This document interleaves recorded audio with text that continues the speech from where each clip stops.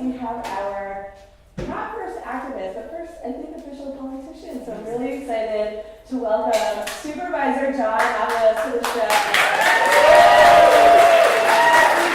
How are you? We were all kind of like in awe of you because you're such a handsome man. I'm like, what's up with San Francisco politicians? You have to be handsome to run? Not necessarily. So how are you? I'm doing great. Yay! I'm a little bit nervous about being on stage after like some amazing artists. Geez, I had to go after them. I know. I'm just a politician. And so you have a lot of things going on in the city, and I want to talk about lots of things. The tech boom. Oh yes, lovely. What's going on? It's like this out of control thing that's happening. Can you give me a job at Twitter? I really want to work there. I did not approve the Twitter tax break, so I have no pull over there at Twitter. So what is going on in our city? A lot of kind of what I think the art world is feeling is a little bit of a crunch.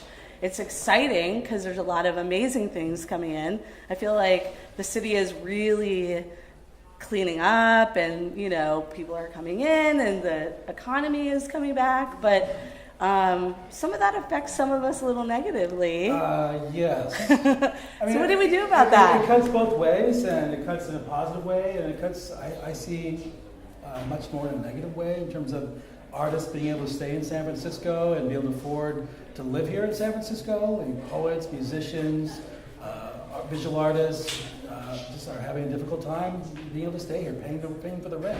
Yeah.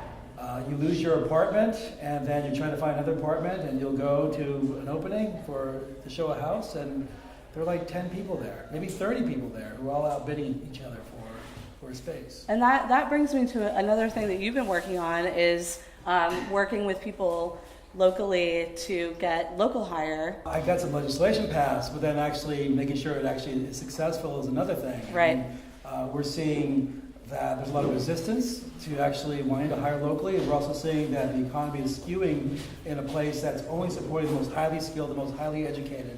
People who are newcomers to San Francisco are easily able to be able to get a couple of apartments for people who are actually trying to come up who have been here for generations. And it's a real challenge. How do you create local economic benefits for local residents who have been here for generations? That's what my raison d'etre right now